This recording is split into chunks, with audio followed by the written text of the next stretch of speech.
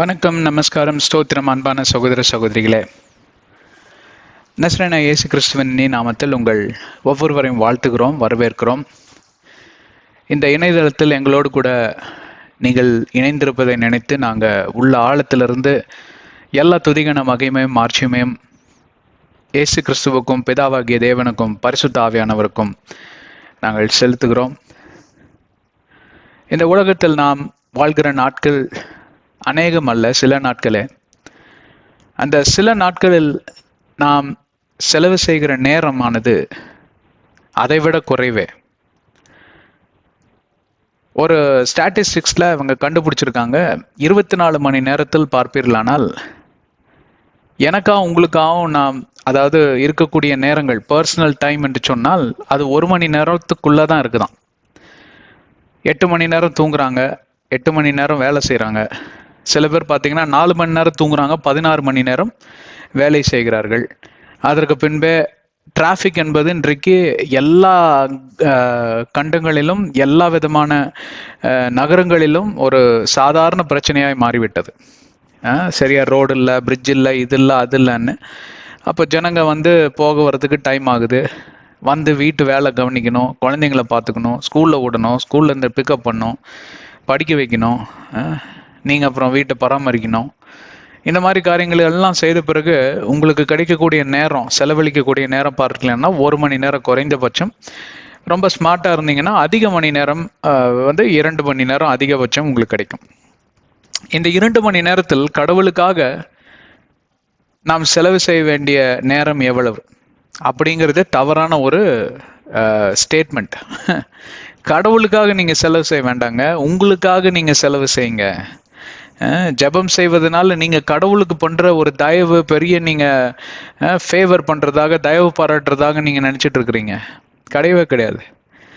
நீங்கள் ஜெப கூடத்தில் நீங்கள் ஜெபிக்க தொடங்கும் போது உங்களுக்குள்ள இருக்கக்கூடிய அந்த ஆவியானது புதுப்பிக்கப்படுகிறது. உங்கள் புத்தி சுவாதியமானது பார்ப்பீர்களானால் அங்கே ஜனிப்பிக்கப்படுகிறது.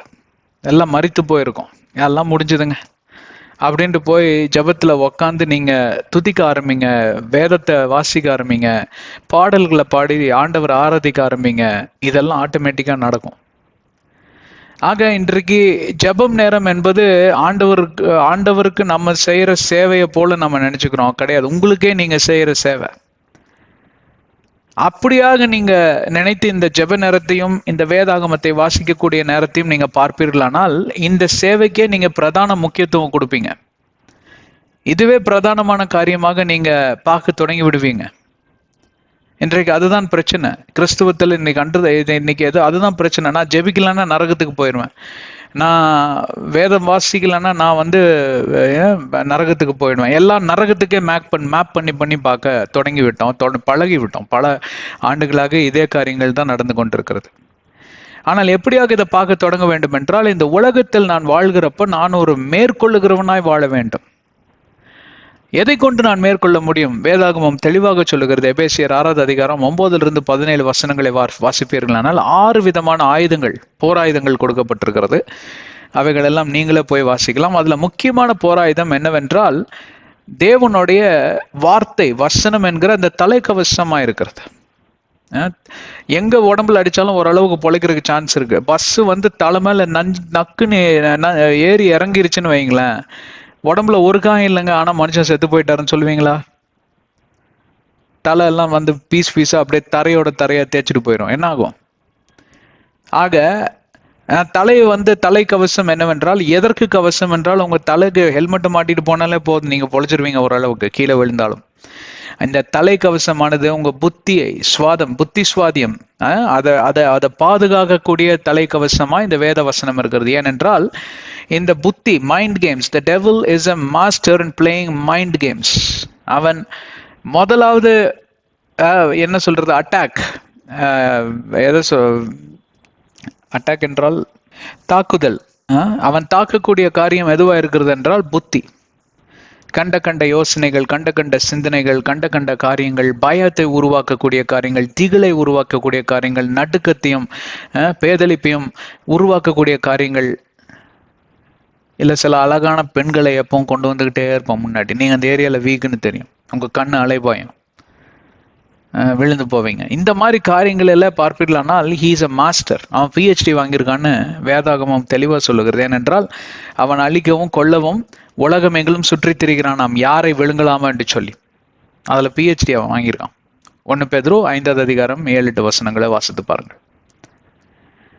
ஆனால் இவைகளை மேற்கொள்வதற்கு ஆண்டவராகிய தேவன் ஆவியில பலன் தந்திருக்கிறார்.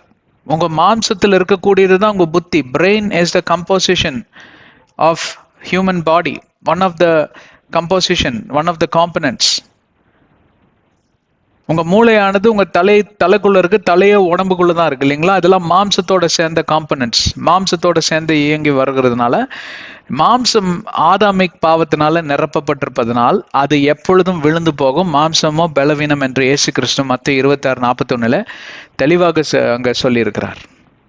ஆனால் இந்த மாம்சத்தை மேற்கொள்ளக்கூடிய வல்லமை ஆவிக்கு உண்டு என்றும் ஆண்டவராகிய இயேசு கிறிஸ்து அதே வசனத்தில் குறிப்பிட்டிருக்கிறார். அந்த ஆவில நாம் ஒவ்வொரு நாளிலும் ஜெனிப்பிக்க வேண்டும், உயிர் தெழுந்து நடக்க வேண்டும். அந்த ஆவில எப்பொழுதும் உயிரோடு கூட வைத்திருக்க வேண்டும். ஆவி மரித்து போய்விடும்.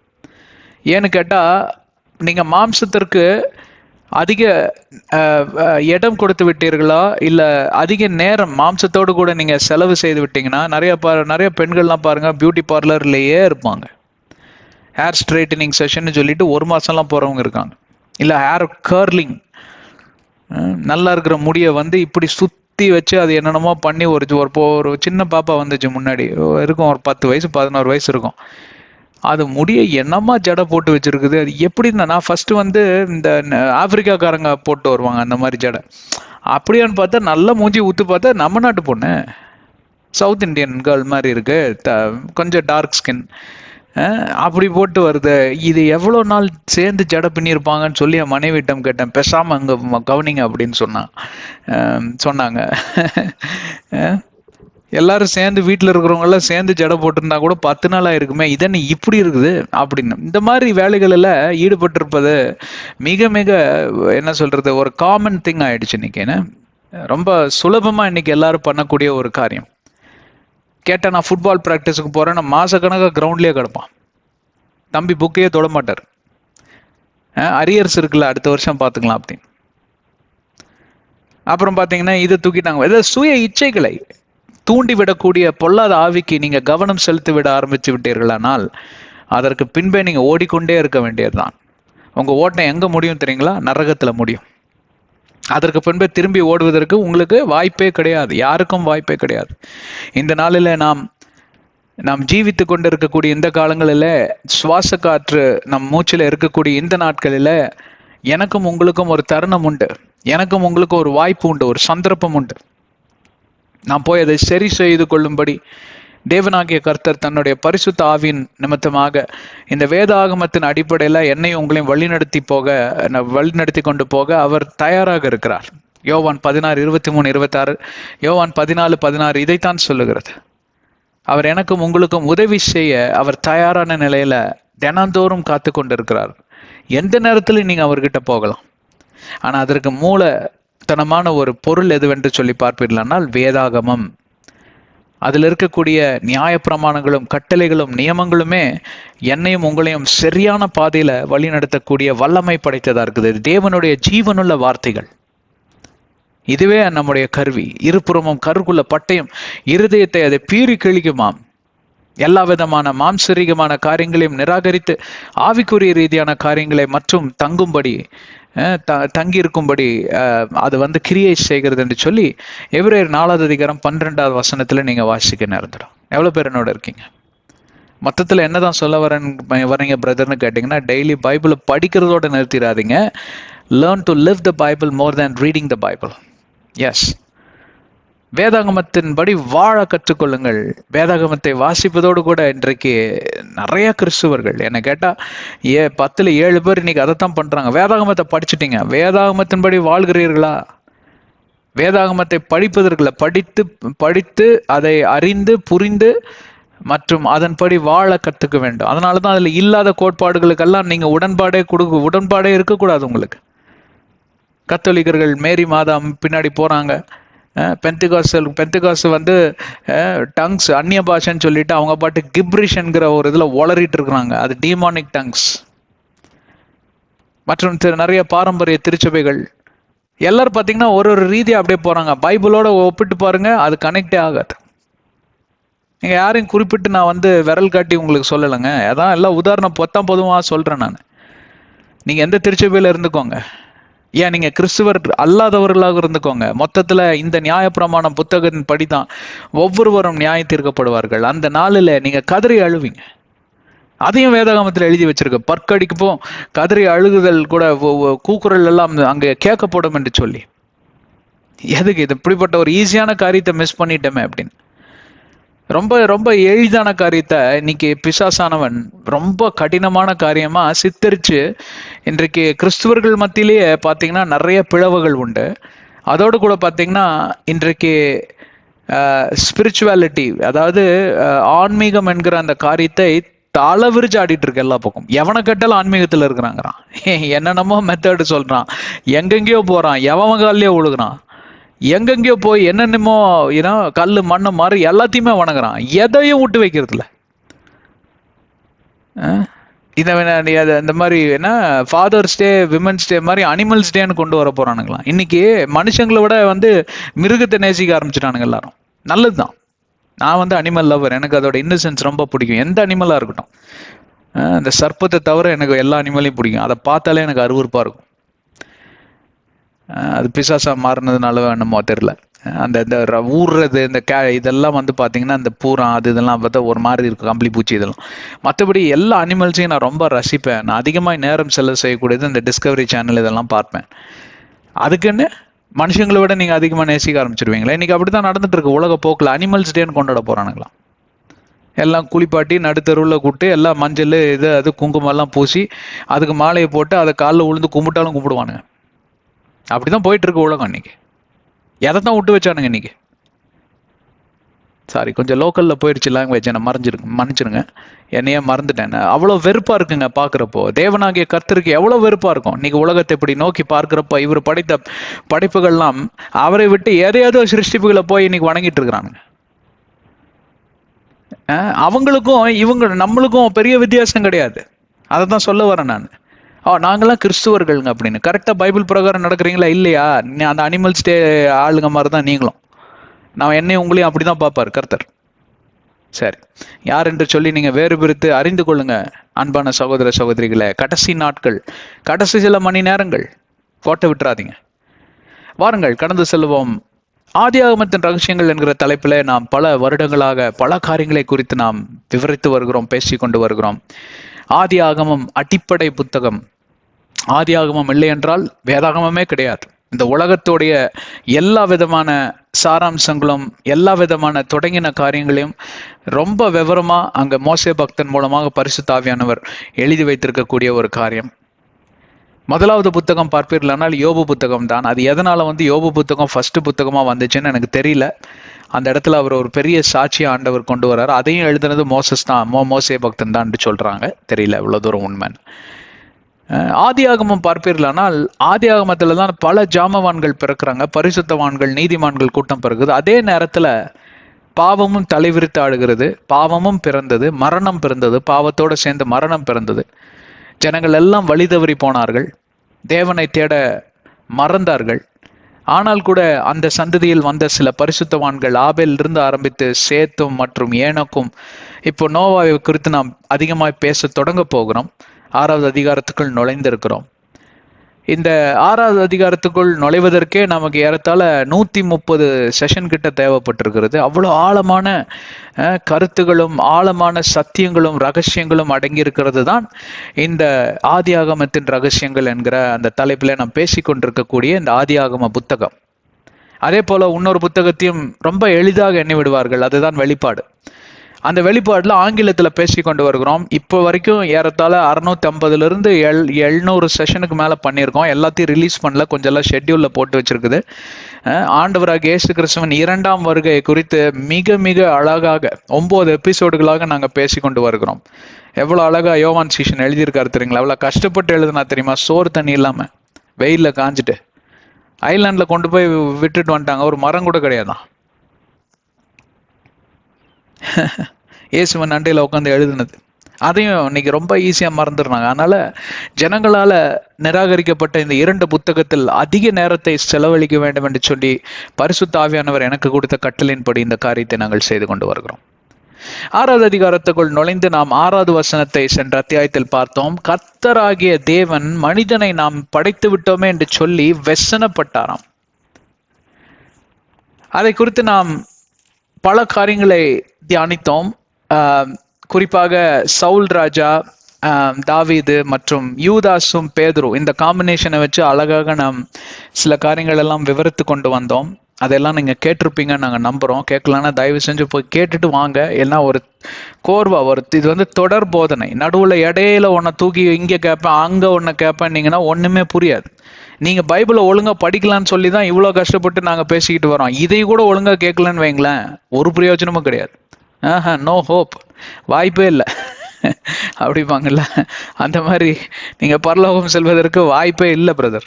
மன்னிச்சிருங்க, அன்பு சகோதரியை மன்னிச்சிருங்க, தயவு செஞ்சு இதெல்லாம் கேளுங்க. சரி, இப்போ மனிதனுடைய வணங்கா கழுத்தின் வணங்கா கழுத்தாய் மனிதன் வணங்கா கழுத்தாய் மாறினதுனாலும் கீழ்ப்படியாமை என்கிற அந்த சுவாபத்துக்குள் அவன் அதிகமாக போய் தேவனை மறந்து விட்டான். முதலாவது கீழ்ப்படியாமை எங்கே ஆரம்பித்தது? ஏதேன் தோட்டத்தில். அது பார்ப்பீர்களானால் அந்த கோவிட் மாதிரி, வைரஸ் மாதிரி வேகமா பரவ தொடங்குது. அந்த வேகமா பரவ தொடங்குற அந்த பேஸ்ல என்ன ஆகுதுன்னு கேட்டீங்கன்னா, எல்லா ஜனங்களும் வழி தவறி போயிட்டாங்க. கொலைபாதகர்களும் கற்பழிப்பும் வேசித்தனங்களும் விபச்சாரங்களும் விக்கிரக ஆராதனைகளும் என்று சொல்லி எல்லாம் பலவிதமான பாவங்கள் நுழைந்தது. அதோடு அது பத்தாதுன்னு சொல்லிட்டு தூதர்களும் பார்ப்பீர்களானால் வேசித்தனம், குமாரத்திகளோட சேர்ந்து வேசித்தனம் பண்ணி அங்கே பல ராட்சதர்கள் வந்து குழந்தைகளாக பிறக்கிறாங்க. பிறந்த குழந்தை வந்து ராட்சதனா வளருது வேகமா. இப்ப நாய் பாருங்க, பிறந்தோன்னு குட்டியா கோயின்னு கத்தும், 3 மாசத்துல பாத்தீங்கன்னா வளர்ந்துரும். அதோட ஆயுசே பாத்தீங்கன்னா 7 வருஷம் தான். அந்த மாதிரி இவனுங்க growth பேட்டர்னே பாத்தீங்கன்னா வேற மாதிரி இருக்கு. ஒரு 2 வயசுல பாத்தீங்கன்னா அவன் பாட்டுக்கு 2-3 அடி ஹைட்டுக்கு வந்துடுறான். 10 வயசு பார்த்தா அவன் பாட்டுக்கு 10 அடி வளர்ந்து நிக்கிறான். ஆண்டவர் பார்த்தாரு, இந்த பூமியானது சீர்கெட்டு போனது, இந்த பூமியானது ஒழுங்கினம் இல்லாமல் போனது, இந்த பூமியானது வெறுமை அடைந்தது. இதெல்லாம் இருந்த பூமியை தான் ஆண்டவராகிய தேவன் ஒரு சீராக படைத்து அதை நாம் அழகாக சிருஷ்டித்து மனிதனோட கைகளில கொடுத்து நீங்க பழுகி பெருகுங்கள் என்று சொன்னார். மனுஷன் கையில கொடுத்தது அதை விட குட்டிச்சவராயிருச்சு. கழுத கெட்டா குட்டிச்சவர் அப்படின்னு ஒரு பழமொழி இருக்கு. அது எப்படின்னு வந்ததுன்னு தெரியல. ஆனா இந்த கதையை கேட்குறப்போ அதுக்கு கரெக்டா டைட்டில் ஃபிட் ஆகுது. இந்த ஸ்டோரிக்கு டைட்டில் கொடுக்கணும்னா நீங்க அதை கொடுக்கலாம், கழுத கெட்டா குட்டிச்சவரன். அப்படி கெட்டு குட்டிச்சவராக்கி வச்சுட்டானுங்க எல்லாம் சேர்ந்து. அப்படின்னு ஆண்டவருடைய மனசு தூக்கப்படுது, உடைக்கப்படுது, व्यसனப்படுது. அங்க குமரி அழுகக்கூடிய ஒரு காரியத்தை நாம் பார்க்கிறோம். தேவனாகிய கர்த்தர் அழுதார் என்று சொல்லி வேதாகமத்தில் எங்கேயுமே கிடையாது. ஆனால் இயேசுவின் ரூபத்தில் வந்த அந்த தேவன் அழுதார் என்று சொல்லி லாசருவோட அந்த கல்லறையில நின்று அவர் அழுதார். எருசலேமை நோக்கி பார்த்து அவர் அழுதார் என்று சொல்லி வேதத்தில் பார்க்கிறோம். அதனால என்னோட யூகத்தின்படி இந்த காரியத்தை அவர் சொல்றப்போ அவர் குமரி அழுதிருப்பார். ஏனால் அவர் மனதுருகுகிற தேவன், அவர் மென்மையான தேவன். பரிசுத்த ஆவியானவருடைய சுயரூபம் அதுதான், மென்மையின் தேவன். அவரை துக்கப்படுத்தாதிருங்கள் என்று சொல்லி கட்டளை கொடுக்கப்பட்டிருக்கிறது. எபேசியர் 4வது அதிகாரம் 30வது வசனத்தில் பார்ப்பீர்களானால். 7வது வசனத்துக்கு நாம் முன்னேறி செல்லுவோம். So the Lord said, இதை சொல்லி முடிச்ச ஆண்டவர் மறுபடியும் ஒரு காரியத்தை சொல்லுகிறார். I will destroy man whom I have created from the face of the earth. பயங்கரமான ஒரு வாக்கியம், பயங்கரமான ஒரு ஸ்டேட்மெண்ட். நீங்க கொஞ்சம் யோசித்து பாருங்க. அங்க என்ன சொல்றாரு கர்த்தர்னா, இந்த மனுஷனானவனை நான் அழிக்காம விட மாட்டேன், இந்த பூமியின் அண்டையிலிருந்து நான் அழிக்காம விட மாட்டேன். இவனை நான் அழிச்சு போடுற வரைக்கும் எனக்கு தூக்கமும் கிடையாது, எனக்கு உறக்கமும் கிடையாது. நீங்க யோசிச்சு பாருங்க, நீங்க ஒரு இடத்துல குடியிருக்கிறீங்க, வாழ்ந்துட்டு இருக்கிறீங்க. அந்த இடத்துல எப்படியோ நீங்க வந்து அந்த ஏரியாவோட ஒரு பெரிய ஒரு உஸ்தாதுன்னு வச்சுக்கலாம், இல்ல ஒரு பெரிய ஒரு மந்திரி, மினிஸ்டர், இல்ல கவுன்சிலர்னு வச்சுக்கலாம். அவருக்கு நீங்க பிடிக்காதவன் ஆயிட்டீங்க. எப்படியோ என்னமோ பண்ணீங்க, நீங்க யதார்த்தமா பண்ண போக அந்த ஆள் இரிட்டேட் ஆயிட்டாரு. அவர் பாட்டுக்கு வந்து ஒரு நாள் கூட ஒரு அட்டியாளுங்க 10 பேரோட வந்து நின்று வெளியில் நின்று, டேய் உன்னை இந்த ஏரியாவை விட்டு அப்புறப்படுத்துறது மட்டும் இல்ல, உன்னை இந்த பூமியில இருந்து அழிக்காம நான் விட மாட்டேன்டா அப்படின்னு சொல்லிட்டு போயிட்டாருன்னு வச்சுக்குவோம். அன்னைக்கு நைட்டு நீங்க தூங்குவீங்க? அந்த 10 அடியாளுங்களும் உங்க வீட்டையே சுத்திட்டு இருக்கிறான். அவர் போயிட்டார் வீட்டுக்கு, கவுன்சிலர். என்ன பண்ணுவீங்க அன்னைக்கு நைட்டு? அவ்வளவுதான், கதை முடிஞ்சது அப்படின்னு சொல்லிட்டு எல்லா பாவ அறிக்கைகளையும் மண்டியிட்டு 2 கரங்களையும் வானத்துக்கு நேராக உயர்த்தி, அடியேன் அபிரகாம் ஜெபித்தது போல, ஈசாக்கு ஜெபித்தது போல, யாக்கோபு ஜெபித்தது போல அடியேனும் கதறி ஜெபிக்கிறேன். என் மாம்சமோ பலவீனமாய் இருந்தது, கர்த்தாவே என் பாவங்களை எல்லாம் மன்னித்து விடும். ஏன்னா இன்றைக்கு தான் நான் வாழ்கிற கடைசி நாள் இந்த பூமியில. நாளை தினத்தில் இதோ அடியனை கொன்று தீர்க்க ஒரு ஒரு ஒரு ஜாமவான், ஒரு ராட்சதன் வந்துட்டு போயிருக்கிறான். அவ்வளவுதான், என்ன கொன்னு புதைக்க போறான் அப்படிங்கிற முடிவுக்கு நீங்களே வந்துருவீங்க. கர்த்தாவே யாரா இருக்கட்டும், எனக்கு எதிரான ஆயுதங்கள் வாய்க்காமல் போகுங்கிற அந்த விசுவாச அறிக்கையெல்லாம் வராது. கரெக்டா? அது எப்படி பிரதர் கரெக்டா சொல்றீங்க? அப்படி நானும் மனுஷன் தானே. எல்லாத்துக்கும் பயம் திகழ்ங்கிறது வருங்க. வேதாகமமே சொல்லுது, டூ நாட் பி அஃப்ரைட்னு சொல்றாரு இயேசு கிறிஸ்து. யோவான் 14வது அதிகாரம் 1:27 வசனங்கள்லாம் படுத்து பார்ப்பீர்களானால். ஏன் யோசுவாவிடம் சொல்றாரு, மோசே பக்தனோட இமீடியட் அசிஸ்டன்ட் இன்னைக்கு தலைவர் ஆயிட்டார். அப்போ அதே பவர் இவருக்கு கொடுக்கப்பட்டிருக்கு. ஆனாலும் அவருடைய இருதயத்துல என்ன இருக்கு? பயமும் திகிலும் இருக்கு. பயமும் திகிலும் ஒரு மனிதனுக்கு இருப்பது இயல்பு. ஆனால் அந்த பயத்திற்கும் திகிலுக்கும் இடம் தந்து அதற்கு இரையாய் மாறுவது தவறு, அது பாவம். அதுதான் வேதாகமம் சொல்லுகிறது, do not be afraid என்கிறார். பயம் வருவது இயல்புதான், ஆனால் அதற்கு நீ இரையாகாதே, அதற்கு நீ செவி சாய்க்காதே. உன்னோடு இருக்கிற தேவன் பெரியவர், உனக்குள்ள இருக்கிறவர் பெரியவர். உன் சார்பாய் நான் நிற்பேன், ஆனால் உனக்கு எதிராய் நிற்பவன் யார்? ரோமர் 8:31 37 எல்லாம் நீங்க வாசிக்கலையா? சரி, இது இப்போ இதெல்லாம் வராது வழியில. ததப்பத்தான் அப்படியே பார்த்தீங்கன்னா கை கால் எல்லாம் நட்டுங்கும், முட்டியெல்லாம் ஒன்றுக்கு ஒன்று அடிச்சுக்கும், எல்லாம் பேஸ்மெண்ட்லாம் வீக் ஆயிரும் இல்லையா? அப்போ என்ன பண்ணுவோம்? நம்மளே வந்து ஃபோனை போட்டு, தம்பி எனக்கு என் வழக்கத்தின்படி அடக்கம் செய்யணும், நல்ல ஒரு பெட்டி செஞ்சிரு ராஜா அப்படின்னு சொல்லி, இங்கெல்லாம் சென்ட் பீட்டர்ஸ் அப்படின்னு சொல்லுவாங்க. சென்ட் பீட்டர்ஸ் அவங்க தான் வந்து ஒரு ஆர்கனைசேஷன் இருக்கு. அவங்க தான் வண்டியிலேயே வந்து இந்த சடலத்தை எல்லாம் எடுத்துட்டு போய் அடக்கம் பண்ற வரைக்கும் எண்ட் டு எண்ட் பார்த்துப்பாங்க, ஈவெண்ட் மேனேஜ்மெண்ட். அவங்களுக்கு உடனே கூகுளில் பார்த்து நீங்கள் ஒரு நம்பரை தட்டி விட்டு, அப்பா பெட்டியோடு வந்துடு ராஜா, நாளைக்கு காலையில் எத்தனை மணிக்கு என்ன போடுவான்னு தெரியாது, நீ காலையில் நேரமே வந்துரு, முடிஞ்சு எல்லா கதையெல்லாம் முடிஞ்சதுன்னா எங்கள் வழக்கத்தின்படி அடக்கம் செய்ய வேண்டும். ஏன்னா அதுதான் வேதம். கட்டளை எந்தெந்த ஞாபகம், எந்தெந்த கட்டளைகள் எல்லாம் போது பாருங்க. இது மோசே பக்தனை கர்த்தரே அடக்கம் செய்தார், அதே போல என்னை நீங்க சரியாக அடக்கம் செய்து விடுங்கள், இல்லை என்றால் நான் மோட்சம் அடைய மாட்டேன். இப்படி என்னென்னமோ வரும், வளரிட்டு கிடப்பீங்கன்னு வச்சுக்குவோம். எதுக்காக அது சொல்றேன்னு தெரியுங்களா? இது வந்து கொஞ்சம் காமெடியா இருக்கிற மாதிரி இருக்கலாம், சிரிச்சிங்களா என்னன்னு தெரியல. அடுத்த நாள் அதே மாதிரி அந்த ஆள் வந்து உங்க கதையை முடிச்சிடறான்னு வச்சுக்குவோம், அது வேற இது. இல்லைன்னா வந்து அப்பா சும்மா சொன்ன இதுக்கெல்லாம் போய் இவ்வளோ டென்ஷன் ஆகுறியான்னு சொன்னா கூட ஆச்சரியப்படுறதுக்கு இல்லை, அது விட்டுருங்க. ஆனா இன்றைக்கு தேவனாகிய கர்த்தர் இப்படிப்பட்ட ஒரு வாக்கியத்தை உங்களுக்கு எதிராக எனக்கு எதிராகவும் மனதில் எண்ணி வைத்திருக்கிறாரா இல்லையா என்று சொல்லி கேள்வி கேட்டது உண்டா? இவ்வளவுதான். இந்த கேள்விக்கு பதில் நீங்க கண்டுபிடித்தது உண்டா இல்லையா? உன்னை இந்த உலகத்திலிருந்து உன்னை நான் அழிக்காம விட மாட்டேன்டா. இது என்னங்க இது புது கதையா இருக்கு, இப்படியெல்லாம் பேசுவாருங்களா கடவுள் அப்படின்னு நிறைய பேர் என்ன கேட்குறீங்க. எனக்கு புரியுது. அப்படின்னா நீங்க வேதாகமத்தை சரியா வாசிக்கலன்னு அர்த்தம். என்ன தெரியுங்களா அதுக்கு? சரி, எனக்கு கவனிச்சு கேளுங்க.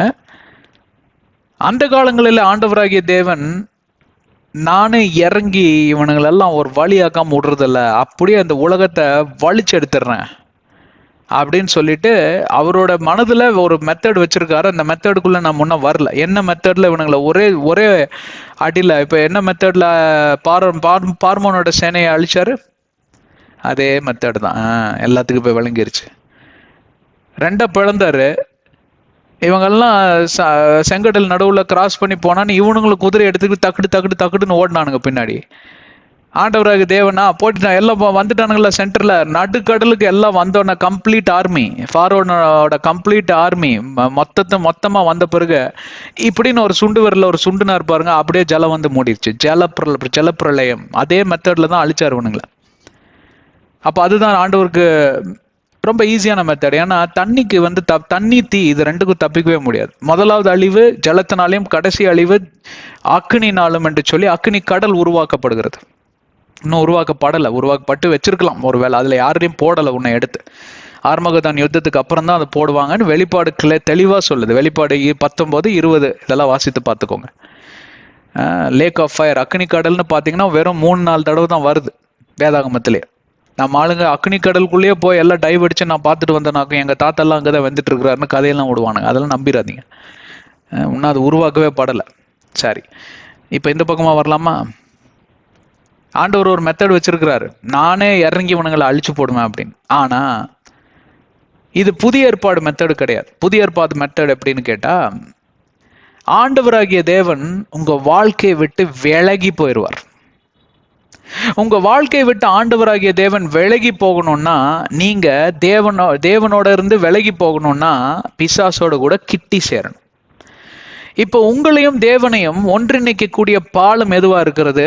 தேவனுடைய வாக்குத்தத்த வசனங்களும், அவருடைய நியாயப்பிரமாணங்களும், அவருடைய ஜீவனுள்ள வார்த்தைகளும், அவருடைய கட்டளைகளும், இப்படியாக வேதாகமம் தான் எனக்கும் உங்களுக்கும் இருக்கக்கூடிய அந்த இணையதளமா இருக்கிறது. அதை நாம் என்னை உங்களை இணைக்கக்கூடியது வேதாகமமா இருக்கிறது. வேதாகமத்தை மட்டும் வாசித்தால் பத்தாது, இயேசுவின் நாமத்தை நாம் அறிக்கை செய்து ஏற்றுக்கொள்ள வேண்டும். ஏனென்றால் தேவனாகிய கர்த்தர் இயேசுவின் வடிவில் இறங்கி வந்தார். அவரை கனப்படுத்த வேண்டும் என்றால், அவருடைய வார்த்தைக்கு நீங்க கட்டளைகளுக்கு கீழ்ப்படிய வேண்டும் என்றால், முதலாவது இயேசுவின் நாமத்துக்குள்ள அந்த ஃப்ரேம் ஒர்க்குள்ள நீங்க வந்தே வரணும். அதுதான் பிலிப்பியர் 2:10-11 சொல்லுது. எல்லா நாவுகளும் அறிக்கை செய்யட்டும், எல்லா முழங்கால்களும் முடங்கட்டும், இயேசுவே தேவன் என்று. ஏன்னா தேவனாகிய கர்த்தராகிய தேவன் மாம்சத்தின் வடிவில், ரத்தத்தின் வடிவில் வந்தது நாமந்தான் யேசுவா, மெஸ்ஸையா, உலகத்தின் இரட்சகராய் அவர் வந்தார். இப்ப இந்த ஃப்ரேம் ஒர்க்குள்ள வராதவங்கெல்லாம் யாரு? கிறிஸ்துவர்களும் இதில் இருக்கிறாங்க, அடங்கியிருப்பாங்க. கிறிஸ்துவர்கள் அல்லாதவர்களும் அடங்கியிருப்பாங்க. அப்படின்னு என்னன்னு கேட்டா, அந்த பாலமானது துண்டிக்கப்பட்டது. ஒரு பாம் வச்சு அந்த பாலத்தையே பொழந்த மாதிரி. இன்னும் பாலம் அங்கதான் இருக்குன்னு ட்ரெயின் ஃபுல் ஸ்பீட்ல வருது, அப்படியே தகடன்னு கீழே உழ வேண்டியதான் எல்லாரும். கரெக்டுங்களா? தீவிரவாதிகள்லாம் போய் பாம் வச்சிடறாங்க இல்லையா? அந்த மாதிரி போய் பாம்பை வச்சு அந்த பாலத்தை பொழந்துட்டாங்க. டிரைவருக்கு தெரியாது, அவர் 100 மைலுக்கு அந்தாண்ட வந்துட்டு இருக்காரு, ஃபுல் ஸ்பீட்ல வர்றாரு. கிட்ட வர வரைக்கும் யாரும் சொல்லலை, எந்த இன்ஃபர்மேஷன் யாருக்குமே கிடைக்கல. ஆஹா, பாலம் பொழந்திருக்கு, பிரேக் அடிக்கலாங்கிறதுக்குள்ளே ட்ரெயின் டகடகா ஒன்னா கீழே விழுந்துரு. ஏன்னா அந்த ஸ்பீட்ல வந்துட்டு இருக்கு ட்ரெயின். இன்னைக்கு அந்த மாதிரிதான் நிறைய பேரோட கிறிஸ்தவர்களோட வாழ்க்கையும் ஃபுல் ஸ்பீட்ல போயிட்டு இருக்கு. கேட்டா நான் ஊழியம் செய்யறேன், அங்க போறேன், இந்த சர்ச்சுக்கு போறேன், கரிஸ்மேட்டிக் பிரேயர், நம்ம பைபிள் ரீடிங், பைபிள் ஸ்டடி, அப்புறம் ஆல்டர் பாய், இது அதுன்னு ஏகப்பட்ட கதையை சொல்லுவாங்க. ஆனா பாத்தீங்கன்னா அங்க பாலமே பாத்தீங்கன்னா பாமை வச்சு எடுத்தாச்சு. ஏன்? தம்பி பைபிள் படிக்கிறத தவிர வேற எல்லாம் நல்லா பண்ணுவார். தன்னுடைய தனிப்பட்ட வாழ்க்கையை வேதாகமத்தோடு கூட ஒப்பிட்டு பார்ப்பதை தவிர மற்றவங்க எல்லா வாழ்க்கையிலும் போய் தம்பி உதவி செய்வாரு, போவாரு, வருவாரு. எல்லாத்துக்கும் கைப்புள்ள இவர் தான். சேரை தூக்குனா தூக்குவாரு, அங்கே போய் டாய்லெட் கிளீன் பண்றானா பண்ணுவாரு, பாஸ்டருக்கு வந்து இவர் தான் அசிஸ்டன்ட், எல்லா வேலையும் பண்ணுவாரு. ஆனா தன்னுடைய சுய வாழ்க்கை, தன்னுடைய சொந்த வாழ்க்கை, தன்னுடைய ஆத்மீக நிலைமை, ஆன்மீக வாழ்க்கையை குறித்து அவர் வந்து அக்கறை செலுத்துவதற்கு பாவம் அவருக்கு நேரமே இல்லை. அப்ப என்னாச்சு? பாலத்தை பாம் வச்சு அவரே கொளுத்திட்டார். இப்ப பாலம் இந்த பக்கம் உடஞ்சோன்னு இந்த பக்கமா ஒருத்தன் புது பாலம் போட்டு உங்களை கூப்பிடுறான், தம்பி வாப்பா, ஏன் அங்க குழிலே உட்காந்துட்டு இருக்கிற அப்படின்னு. அவன் பேர் தான் என்ன? பிசாஸ். கரெக்டுங்களா? இது தெரியாம நிறைய கிறிஸ்துவருங்க வாழ்ந்துட்டே இருக்கிறாங்க. இப்ப மறுபடியும் அந்த பழைய பாயிண்ட்டுக்கு பாருங்க, இதெல்லாம் என்ன இவர் சொல்லிட்டு இருக்காரு? புதிய ஏற்பாடின் பிரகாரம் ஆண்டவராகிய தேவனோடு கூட உங்களுக்கு சம்பாஷணை, தொடர்பு இல்லை என்றால், முதலாவது அது இல்லை என்று சொல்லி எப்படி அறிந்து கொள்வது? அனுதினமும் வேதாகமத்தை நீங்க வாசிக்க வேணும். அதுதான் வந்து பேசிக்கான கட்டளை. வேதாகமத்தை அனுதினமும் வாசிக்க வேண்டும். வாசித்த வேதாகமத்தை புரிந்து கொள்ள வேண்டும். புரியாம சும்மா கதை புத்தகம் மாதிரி வாசிக்கிறவன் தான் இன்னைக்கு 7ல் 10ல் 7 பேர், அதுக்கு மேலேயே இருப்பாங்கன்னு நினைக்கிறேன். பாரம்பரிய புத்தகமாக அதை வாசித்துக் கொண்டிருப்பவர்கள். புரிந்து கொண்ட காரியத்தை வாழத் தொடங்க வேண்டும். அதை வாழ்கிறப்பதான், அதை உங்க வாழ்க்கையில பொருந்தி நீங்க வாழ்கிறப்பதான் உங்களுடைய வாழ்க்கை, சுய சிந்தனை எல்லாம் அழிந்து போய் அந்த இடத்துல பார்த்தீங்கன்னா மறுமலர்ச்சி வரும், டிரான்ஸ்ஃபர்மேஷன் இன் யுவர் மைண்ட். அப்பொழுதுதான் யோவான் 14:12 உங்களில் நிறைவேறும். என்ன அந்த வசனம்? இயேசு கிறிஸ்துவே சொல்றாரு, என்னை போல காரியங்களை செய்வீங்க, என்னை விசுவசிக்கிறவர்கள் என்னை போல காரியத்தை செய்வீர்கள், என்னை காட்டிலும் அதிகமான காரியங்களை செய்வீர்கள். அப்ப என்ன ஆகுதுன்னு கேட்டா, பிலிப்பியர் 2வது அதிகாரம் 3, 4, 5 வசனங்களையும் வாசித்து பாருங்க. ஆண்டவருடைய மனதை போலவே நம் மனது மாறிவிடுமாம். இவர் நடக்கிறது, உடை, பாவனை, சொற்கள், செயல்கள், சிந்தனை, இவர் எடுக்கிற தீர்மானங்கள், இதெல்லாம் பார்த்தா ஒரு மாதிரி கடவுளை பார்க்குற மாதிரியே இருக்குங்க சொல்லுவாங்க ஜனங்க வந்து உங்ககிட்ட. இது எப்படிங்க ஒரு மாதிரி ஒரு தெய்வீகத்தை பார்க்குறேங்க. உங்களை கவுத்துறதுக்கும் நிறைய பேர் போய் சொல்லுவான், அதை நீங்க தான் கண்டுபிடிச்சிக்கணும். உங்களை பார்க்குறப்போ ஒரு தெய்வீக கலை இருக்குங்க, நீங்க பேசுறத பார்த்தா கடவுள் பேசுற மாதிரியே இருக்குங்க. உடனே நான் தான் கடவுள், வா என் காலை தொட்டு கும்பிடுன்னு சொல்லி மாறிடாதீங்க. நிறைய பேர் அப்படி பல்ட்டி அடிச்சிடுறாங்க. அப்படிதான் வந்து தினமும் மகஸ்துதி பாடி பாடி லூசிஃபர் பிசாசா மாறிட்டான். லூசிஃபர் எப்படியெல்லாம் பாடின தெரியுமா? அவனுக்குன்னு ஒரு ஃபேன் கிளப் உருவாயிடுச்சு. அவனுக்கு கீழே ரிப்போர்ட் பண்ண தூதர்கள் நிறைய பேர் இருக்கிறாங்க. இவன் ஆர்கேஞ்சல், எல்லாம் பெரிய ஹெட் லீடர் அவன் வானமண்டலத்துல. எசேக்கியேல் 28லும் ஐசியா 14 நீங்க வாசிக்க நேர்ந்துடும். அப்போ தினமும் வந்து மகஸ்துதி பாடியிருப்பாங்கன்னு நினைக்கிறேன். அப்போ அதை கேட்டு கேட்டு இவனுக்கு என்ன ஆயிடுச்சு? மேட்டிமை வந்துருச்சு. மேட்டிமை வந்த மாத்திரத்தில் என்னுடைய சிங்காசனத்தை நான் வானத்துக்கு மேலாக, ஆண்டவருக்கு சிங்காசனத்துக்கு மேலாக உயர்த்துவேன். என்ன விதத்தில் நான் குறைஞ்சு போயிட்டேன்? அவனுக்கு மண்டையில் அவ்வளவுதான் அறிவு. உன்னை உருவாக்கின கர்த்தர்ரா, நீ வெறும் படைப்பு, அவர் தான் படைப்பாளி, அவர் இஸ் எ கிரியேட்டர், நீ வெறும் கிரியேஷன். அப்படிங்கிறது அந்த பேசிக் ஃபண்டமெண்டலி அது வந்து மழுக்கடிச்சிருச்சு. பாத்தீங்களா? போன அத்தியாயத்தில் கூட சவுல் ராஜாவை குறித்து பார்த்தோம். ரொம்ப ஏழ்மையான குடும்பத்திலிருந்து ஆண்டவராகிய தேவன் கிருபையா தேர்ந்தெடுத்தால். பெஞ்சமின் கோத்திரமானது பாத்தீங்கன்னா இருக்கிறதுலே சின்ன கோத்திரம், நிராகரிக்கப்பட்ட கோத்திரம். அங்க பெரிய ஆட்கள்லாம் வரல, ஜாமவான்கள்லாம் வரல. யூதா கோத்திரத்திலிருந்து தான் வருவாங்க. ஆண்டவர் வந்து சொல்றாரு, யூதா கோத்திரத்திலிருந்து தான் மெஸ்ஸியா பிறப்பாரு. ஆனா கூட பெஞ்சமின் கோத்திரத்துக்கு ஒரு தருணத்தை கொடுக்குறாரு. அப்போ அவருக்கு ஆரம்பத்துல பாத்தீங்கன்னா தாழ்ச்சியா இருந்த மனிதன் கடைசியில வந்து எல்லாரும் வந்து மேன்மை பாராட்டி அங்க மகுடம் சூட்டி பாத்தீங்கன்னா அவரு பிசாசோட ஏஜென்ட்டாவே மாறி போயிட்டார். இப்போ என்னோட என்ன சொல்ல வரேன்னு கேட்டா, அந்த காலங்களில ஆண்டவராகிய தேவனை இறங்கி அழித்த ஒரு காரியத்தை இங்க பார்க்கிறோம். ஆனால் இந்த காலங்களில ஆண்டவராகிய தேவன் தன்னுடைய படைப்புகளை அழிப்பதில்லை. ஏனென்றால் அவருடைய ஒரே குமாரன் இயேசு கிறிஸ்து தன்னுடைய ரத்தத்தை சிந்தி மீட்டெடுத்திருக்கிறார். அது ஒரு பெரிய காரணம்.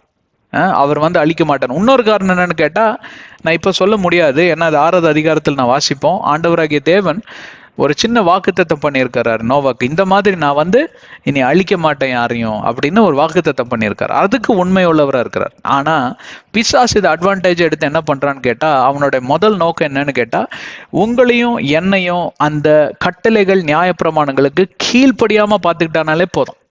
அப்ப ஆண்டவர் என்ன பண்ணுவாருன்னா, விலகிடுவார் உங்க வாழ்க்கையை விட்டு.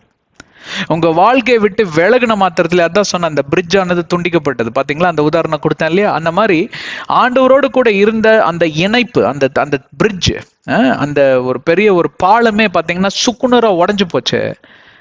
உடஞ்சு நீங்க தத்தளிச்சு கொண்டு இருக்கக்கூடிய நேரத்துல எவன் வந்து என்ன உதவி பண்ணாலும் உங்களுக்கு எப்படிதான் இருக்கும்? ஆஹா, தேன் வந்து பாயுது காது நிலைன்னு பாரதியோட பாடல் மாதிரி இருக்கும். எவ்வளவு பேர் என்னோட இருக்கீங்க? ஹலோ? அப்படித்தாங்க இன்னைக்கு நிறைய பேர் வந்து சீர்கெட்டு போயிடுறாங்க. ஏன்னா கஷ்ட காலத்துல எனக்கு உதவி செஞ்சாருங்க அப்படின்னு சொல்லிட்டு அவன் அட்வான்டேஜ் எடுக்கிறதுக்கு உன்னை உதவி செஞ்சிருக்கான், உன்னை சிறை பிடிக்கிறதுக்கு உதவி செஞ்சிருக்கான், உன்னுடைய மனதையும் உன்னுடைய புத்தி சுவாதத்தையும் மழுக்கடிக்க உன்னை அவன் சிறைப்பிடித்திருக்கான். அவனோடு கூட உன்னை வந்து அக்னி கடல்ல இழுத்துட்டு போனோங்கிற அந்த கெட்ட எண்ணம், எண்ணத்துக்கு உன்னை சிறைப்பிடித்திருக்கான். இதெல்லாம் கண்டுபிடிக்கிறதுக்குள்ள நீங்க ரொம்ப ஆழத்துக்கு போயிருவீங்க. அதுக்கப்புறம் மீண்டு வர முடியாது. நிறைய ட்ரக் அடிக்ட்ஸ் பாருங்க, இன்னைக்கு ஆல்கஹால், சாராயம், குடி, புகைப்பிடிப்பு, இந்த கஞ்சா அடிக்கிற பசங்களை எல்லாம் கொண்டு போய் ரீஹாபிலிட்டேஷன் சென்டர்ல போட்டிருப்பாங்க. பரிதாபமான காட்சிங்க, பரிதாபமான காட்சி.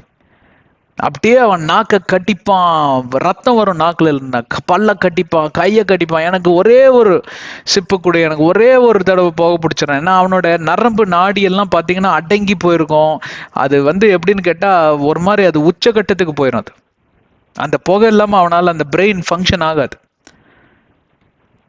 அதுல இருந்து மீண்டு வரதுக்குள்ள அவன் உயிரே போயிடும். நிறைய பேர் செத்தே போயிடுவாங்க ரீஹபிலிட்டேஷன் சென்டர்ல. அதே மாதிரிதான் பிசாசோட பிடியின் ஆழத்திற்கு நீங்க போய்விட்டீர்களானால் மீண்டு வருவது அவ்வளவு எளிதான காரியமே கிடையாது. அதனாலதான் வேதாகமம் ரோமர் 12 அதிகாரம் 1-2 வசனத்துல சொல்லுகிறது, ஒவ்வொரு நாளிலும் உங்களுடைய உடலையும் உங்களுடைய புத்தி சுவாதியத்தையும் ஜீவனுள்ள பலியாக, ஜீவ பலியாக அந்த நீங்க ஆண்டவருக்கு படைக்க வேண்டும். Let your mind and let your, நான் படிக்கிறேன் இருங்க. இப்போ ரோமர் 12 அதிகாரம் 1-2 வசனத்திலேயே நம்ம எடுத்து படிச்சிடலாம். அதுதாங்க ஒரே வழி. அதுதான் only Mantra. That is the only thing that you have to follow. I beseech you therefore, brethren, by the mercies of God, that you present your bodies a living sacrifice. உங்களுடைய உடல்களை ஜீவ பலியாக ஒப்பு கொடுங்கள். ஹோலி, பரிசுத்தம், acceptable to God, கர்த்தர் ஏற்புடையவாறு,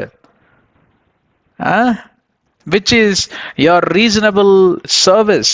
ஆண்டவருக்கு சேவை செய்யறதாக நினைச்சுக்கிட்டு நீங்க எங்கெங்கயோ அலைஞ்சு திரியுறீங்க. எங்கதான் உங்க சேவை ஆரம்பிக்குதுங்க? உங்களுடைய உடல்களை ஜீவ பலியாக ஆண்டவருக்கு ஒப்பு கொடுங்க. அப்பொழுது உங்களுடைய இருதயமானது புதுப்பிக்கப்படும், உங்களுடைய புத்தியானது புதுப்பிக்கப்படும். let there be transformation in your spirit. ஆவியானது ஜெனிப்பிக்கப்படும் என்று சொல்லி எல்லாம் வேதத்துல வாசிக்கிறோம். அப்ப இந்த காரியத்திலிருந்து உங்களை பிரிச்சு எடுத்துட்டான்னு வைங்களேன், இந்த கட்டளையை உங்க வாழ்க்கையில நீங்க நிறைவேற்றாம பாத்துக்கிட்டான்னு வைங்களேன், அது போதும். கட்டளையை நீங்க கீழ்ப்படியல, அப்ப என்ன ஆகும்? பிசாசுக்கு உங்க மேல ஆதிக்கம் வந்துவிடும். நீங்க ஒவ்வொரு நாள் இந்த மாதிரி ஆண்டவரிடம் பாவ அறிக்கை செய்வதோ, இல்ல வேதத்தை வாசிப்பதோ, இல்ல நீங்க கரெக்டா தான் வேதத்தை பின்பற்றி வரீங்களான்னு நீங்க செக் பண்றது மறந்துட்டீங்களோ, இப்படி எல்லாம் காரியத்தை நீங்க கோட்டை விட்டுட்டே வந்தீங்கன்னா என்னன்னு அந்த பிளவு விரிசலானது பெருசாயிட்டே போகும். அப்போ ஒரு காலகட்டத்தில் என்ன ஆகும்? ஆண்டவரோடு கூட இருக்கிற சம்பாஷணம் முற்றிலும் துண்டித்து விடும். ஏன்னா உங்க கவனம் வேற எங்கேயோ போயாச்சு. ஃபேஸ்புக்கு, ட்விட்டரு, வாட்ஸ்அப்பு, இன்ஸ்டாகிராமு, இது அதுன்னு. இல்லைன்னா ஃபோன் எடுத்துட்டு மணிக்கணக்காக இந்த அக்காக்கிட்டையும் அந்த அண்ணங்கிட்டையும் பேசிக்கிட்டே இருக்கிறது. கேட்டா எங்க சர்ச்சில் இருக்கிற மெம்பர் தாங்க, கண்டதையும் பேசுறது. இல்லைன்னா யாராவது வீட்டில் போய் சும்மா உட்காந்துக்கிறது, இல்லை டிவி போட்டி முன்னாடி உட்காந்துக்கிறது, இல்லை கம்ப்யூட்டர் ஆன் பண்ணிட்டு கண்ட கருமத்தையும் பார்க்க வேண்டியது, இல்லைன்னா எங்கனாவது போய் சும்மா பார்க்கில் உட்காந்துட்டு காக்கா குருவியை பார்த்துட்டு இருக்க வேண்டியது. இல்லைன்னா நல்லா கனநித்திரை நாவி நல்ல சில பேர்ல 10 மணி நேரம் தூங்குறாங்க. எப்படிதான் தூங்குறாங்கன்னு தெரியல. இல்லைன்னா கண்ட புத்தகத்தை படிக்கிறது. இந்த பரிசுத்தவான் இந்த புத்தகத்தை எழுதினா தெரியுமா, அந்த பரிசுத்தவான் அந்த புத்தகத்தை எழுதினார். முதல்ல அவர் பரிசுத்தவான்னு உனக்கு எப்படி தெரியும்? வேதாகமத்துல நீ முதல்ல ஸ்ட்ராங்கா இல்லைன்னா வேற எந்த புத்தகத்தையும் படிக்காத. ஏன்னு கேட்டா உன்னால கிராஸ் செக் பண்ண முடியாது, உன்னால ஒப்பிட்டு பார்க்க முடியாது. அதனாலதான் பெரையால போய் பவுலானவர் போய் அங்க பிரசங்கம் செய்கிறப்போ அந்த பெரையால இருக்கக்கூடிய ஜனங்க என்ன செஞ்சாங்களாமா, பவுல அப்போஸ்தலரே இருங்க, பைபிள்லாம் கிடையாதுல்ல, நீங்க சொல்றதெல்லாம் சரிதான், நாங்க போய் ஒரு தடவை அந்த சினகாகுன்னு சொல்லுவாங்க, அவங்க தேவாலயம் இருக்கு பாத்தீங்களா, அங்க போய் நாங்க செக் பண்ணிட்டு வந்துடுறோம்னு அங்க போய் அந்த ரபைமாருங்க கிட்ட கேட்டு படிச்சுக்கிட்டு அடுத்த நாள் பவுல் இப்ப தொடங்குங்க, நேற்றுக்கு ஒரு இடத்துல விட்டீங்களா அதுல இருந்து தொடங்குங்க அப்படின்னு செக் பண்ணுவாங்க போய். வேதாகமத்துல நீங்க ஸ்ட்ராங்கா இல்லைன்னா மற்றவன் எழுதுற கதையெல்லாம் படிச்சீங்கன்னா என்ன ஆகும்? பாலம் துண்டிக்கப்படும். பிசாசு அதன் மூலமா உள்ள பூந்துருவான். இன்னைக்கு எத்தனை கிறிஸ்துவ ஜனங்க இன்னைக்கு வழி தவறி போயிருக்காங்க தெரியுமா? அதனால இதன் நிமித்தமாக வேதாகமத்தை வாசிக்கிறத விட்டுட்டு கண்டம் எழுதின புத்தகத்தெல்லாம் வாசிக்கிட்டு உட்காந்துட்டு இருக்கிறது.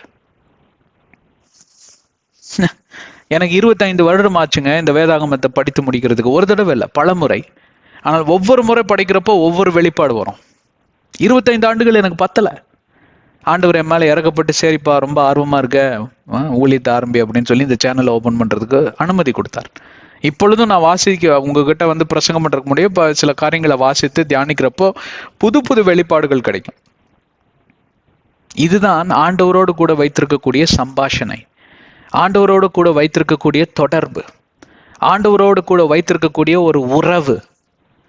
இது என்னைக்கோ ஒரு நாள் அப்படி போய் செக் பண்ணிட்டு வர்றதில்ல, ஞாயிற்றுக்கிழமை தோறும் இருக்கக்கூடிய உறவில் ஒவ்வொரு நாளிலும் ஒவ்வொரு மணி நேரத்திலும் ஒவ்வொரு வினாடி பொழுதும் நீங்க அதை தொடர்பு வைத்துக் கொள்ள வேண்டும். ஏன்னா அந்த ஒரு வினாடி நீங்க தவறிட்டா கூட பிசாசு அந்த கேப்ல உள்ள பூந்துருவான். அது போதும் அவனுங்க. அதுக்கப்புறம் பூந்துட்டானா உங்க வாழ்க்கையே முடிஞ்சுதுங்க. பாம்பு கிட்ட ஒரு கொத்து வாங்குற வரைக்கும் தான் நீங்க வந்து நார்மலா இருப்பீங்க. ஒரு கொத்து கொத்துச்சுன்னா முடிஞ்சது கதை. விஷம் ஏற ஆரம்பிச்சிடும்ல உடம்புல. அதே மாதிரிதான், அதே கான்செப்ட் தான். எவ்வளவு பேர் என்னோட இருக்கீங்க?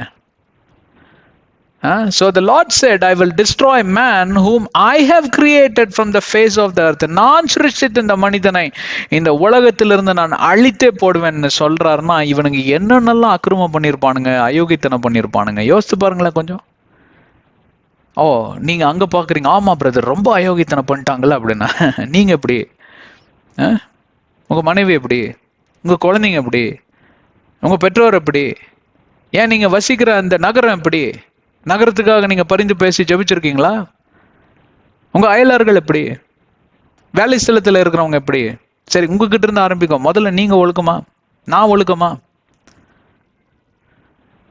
எப்படி கண்டுபிடிப்பது என்றால், வேதாகமத்தின் கட்டளைகள் அதன்படி வாழ்கிறோமா?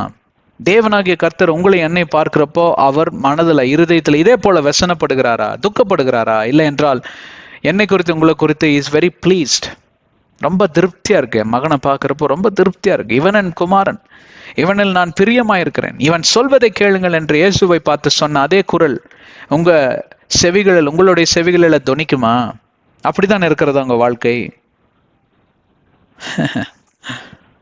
நிறைய பேர் கேட்டு, ஆமாங்க அப்படிதாங்க இருக்கு அப்படிம்பாங்க. எங்க வேதாகமத்திலிருந்து ப்ரூவ் பண்ணுங்க பார்க்கலாம். எத்தனை கட்டளை நீங்க கீழ்படிச்சிருக்கீங்க இன்னைக்குன்னு சொல்லி, இந்த வருடம் முழுவதும் எத்தனை கட்டளை நீங்க கை கொண்டீங்கன்னு சொல்லி முதல்ல ஒரு கணக்கு காட்டுங்க. எல்லாத்துக்கும் கணக்கு கொடுக்கணுங்க. மேத்தமெட்டிக்ஸ் எக்ஸாம் தான். நீங்க போனீங்கன்னாங்க நியாய சிங்காசனத்துக்கு முன்னாடி, வெள்ளை சிங்காசனம் நியாய தீர்ப்புக்கு பின்னாடி மேத்தமெட்டிக்ஸ் கணக்கு தாங்க. எல்லாம் எனக்கு கணக்கெல்லாம் சூப்பரா தெரியுமா, எங்க போட்டு காட்டு, சால்வ் பண்ணி காட்டு பார்க்கலாம். பித்தகோரஸ் தியரமை சால்வ் பண்ணி காட்டு பார்க்கலாம். இல்லைன்னா ஏதோ ஒரு இன்டகிரேஷன் கால்குலஸ் சம்ம கொடுப்பாங்க, ட்ரிக்னாமெட்ரி ஒரு கணக்கு இருக்கு, இன்டகிரேஷன்ஸ் இருக்கு, போட்டு காமிட. என்னங்க இதெல்லாம் அப்படின்னு கேட்பான். இப்போதானே வாய்கிழிய சொன்ன எல்லாம் மேத்ஸ்ல எனக்கு எல்லாம் தெரியும், நான் புலியாக்கும், நான் கரடியாக்கும், இப்படியாக கிளிப்பேனாக்கும். பேப்பர் கொடுத்தா ஒன்னும் எழுத மாட்டான், எல்லாம் தப்பு தப்பா எழுதிட்டு இருப்பான். அந்த மாதிரி கணக்கு தான், கணக்கு எக்ஸாம் தாங்க. கணக்கு கரெக்டா வரணும். அக்கவுண்ட்ஸ்னு வேதம் சொல்லுது. மத்தேயு 12:36 பிரசங்கி 12:14 நீங்க வாசித்து பாருங்களா. கணக்கு சரியா அங்க வந்து நீங்க வைக்கணும் அப்படின்னு. You have to settle your accounts. கணக்கு கேட்பார். அழிச்சிடறேன் அப்படிங்கிறார். both man and beast, creeping thing and the birds of the air, for I am sorry that I have made them. அதோட முடிச்சிடலாம் இன்னைக்கு. மறுபடியும் ஆண்டவராகிய தேவன் வெசனப்படுகிறார். இவங்களெல்லாம் படைச்சதுக்கு நான் பேசாம இருந்திருக்கலாம். இவனுங்களை படைச்சு நான் பட்ட அவமானம் போதும், நான் பட்ட நிந்தைகள் போதும். எத்தனை முறை இவங்க கிட்ட வந்து நான் பேசிக்கொண்டே இருப்பேன். ஏன்னா 2 பேர் தான் அவமானப்படுத்துறாங்கன்னு நினைச்சா இன்னைக்கு சந்ததியா பெருகி ஏறத்தாழ பாத்தீங்கன்னா இந்த பூமியில வந்து 130 கோடி ஜனங்க இருந்திருக்கிறாங்க அந்த டைம்ல. நோவாவோட பேழை ஜலப்பிரளயத்தப்போ 130 கோடி ஜனங்க இருந்திருப்பாங்கன்னு ஒரு எண்ணிக்கை சொல்லுது. ஏன்னா இந்த சந்ததியோட கணக்கெல்லாம் எடுத்து பார்க்கிறப்போ அப்படி ஒரு 130 கோடி ஜனங்க இருந்த இடத்துல ஒரே ஒரு பரிசுத்தவான் இருக்கிறார். எப்படி இருக்கும் கடவுளுக்கு? அதை கூட ஒன்றும் கண்டுபிடிக்கல. அது அடுத்த அத்தியாயத்துல தான் நம்ம கண்டுபிடிப்போம். என்னை கேட்டுக்கொண்டிருக்கிற பிரியமான சகோதர சகோதரிகளே, நண்பர்களே, தம்பி தங்கைகளே, நான் உங்களுக்கு சொல்லக்கூடிய ஒரே காரியம் என்னவென்றால், ஆண்டவருடைய பரிசுத்த ஆவியானவரை துக்கப்படுத்தாதிருங்கள். அவரை துக்கப்படுத்தாது இருப்பதற்கு ஒரே வழிதான் இருக்கு, இயேசுவின் நாமம். அதை ஏற்றுக்கொள்ளுங்க. இயேசுவின் நாமத்தில் உங்களுக்கு கிடைத்த ரட்சிப்பின் போர்க்கவசத்தை ஒவ்வொரு நாளும் அணிந்து அவருடைய தேவ கட்டளைகளுக்கும் தேவ நியாயப்பிரமாணங்களுக்கும் கீழ்ப்படிந்து நடக்க தொடங்குங்க. நிறைய காரியங்கள்லாம் கீழ்ப்படுகிறது ரொம்ப எளிதான காரியம் இல்லை. நிறைய போய் பேசிட்டே இருப்பீங்க. திடீர்னு அடுத்த நாள் இருந்து நான் பெரிய சத்தியவானை மாறுவேன்னு சொன்னால் அது ஆவதற்கு சாத்தியம் அல்ல. ஆனா கொஞ்சம் கொஞ்சமா விட்டுட்டு வெளியில வாங்க. ஒரு 6 மாசம் எடுக்கும், 1 வருஷமே எடுக்கட்டும், அதுல இருந்து வெளியில வாங்க. நீங்க முயற்சி எடுப்பது ஆண்டவர் பார்க்கிறார். இல்ல சில பேருக்கு பாத்தீங்கன்னா எப்ப பார்த்தாலும் புரணி பேசிக்கிட்டே இருக்கணும். இல்ல சில பேர் பாத்தீங்கன்னா எப்ப பார்த்தாலும் எதையாவது குறிச்சு குற்றம் கூறிட்டே இருக்கணும். பிசாசு குணங்க இதெல்லாம். 2 திமோத்தி 3:1-9 வாசித்து பாருங்க. இந்த மாதிரி காரியங்கள் எல்லாம் நீங்க ஈடுபட்டு இருக்கிறப்போ பிசாசுக்கு அது திறவுகோலாய் மாறுகிறது. உங்க வாழ்க்கைக்கு நீங்களே திறவுகோல் எடுத்து அவன் கையில தரீங்க. அப்பா திறந்துட்டு வாப்பா, இந்த சாவி தான், திருடன் கையில சாவியை கொடுத்த மாதிரி. எல்லாத்துக்கிட்டையும் இதை பாருங்கப்பா, பார்த்துக்கப்பா எல்லாரும், சாவி இங்கேத்தான், நான் மேலே பூச்சட்டி இருப்பாருங்க, அந்த சட்டிக்குள்ளே தான் வச்சுட்டு போவேன் அப்படின்னு சொல்லிட்டு போறவன் புத்திசாலியா முட்டாளா? அந்த மாதிரி தான் இருக்கு. இதெல்லாம் பண்ணிட்டு என் வாழ்க்கையில பிசாசே இல்லைங்க, இல்லைங்க நான் ரொம்ப பரிசுத்தவானுங்க அப்படின்னு சொல்றவன் பேர் என்ன? முட்டாள், மதியினம் இல்லாதவன், ஸ்பிரிச்சுவல் இடியட்னு சொல்லலாம், ஆன்மீக முட்டாள்னு சொல்லலாம். இது எப்படி மொழிப்பு இருக்கிறதுன்னு தெரியல. இன்னைக்கு அதுதாங்க பிரச்சனை. அதனாலதான் ஆண்டவர் துக்கப்படுறார், அதனாலதான் ஆண்டவர் வெசனப்படுறார். இவனை படைச்சா நான் அனுப்புனேன், இவனுக்காகவா நான் உயிரை கொடுத்தேன், இவனுக்காகவா நான் ரத்தத்தை சிந்தேன், இவளுக்காகவா பரிசுத்த ஆவியானவரை கொடுத்தேன்.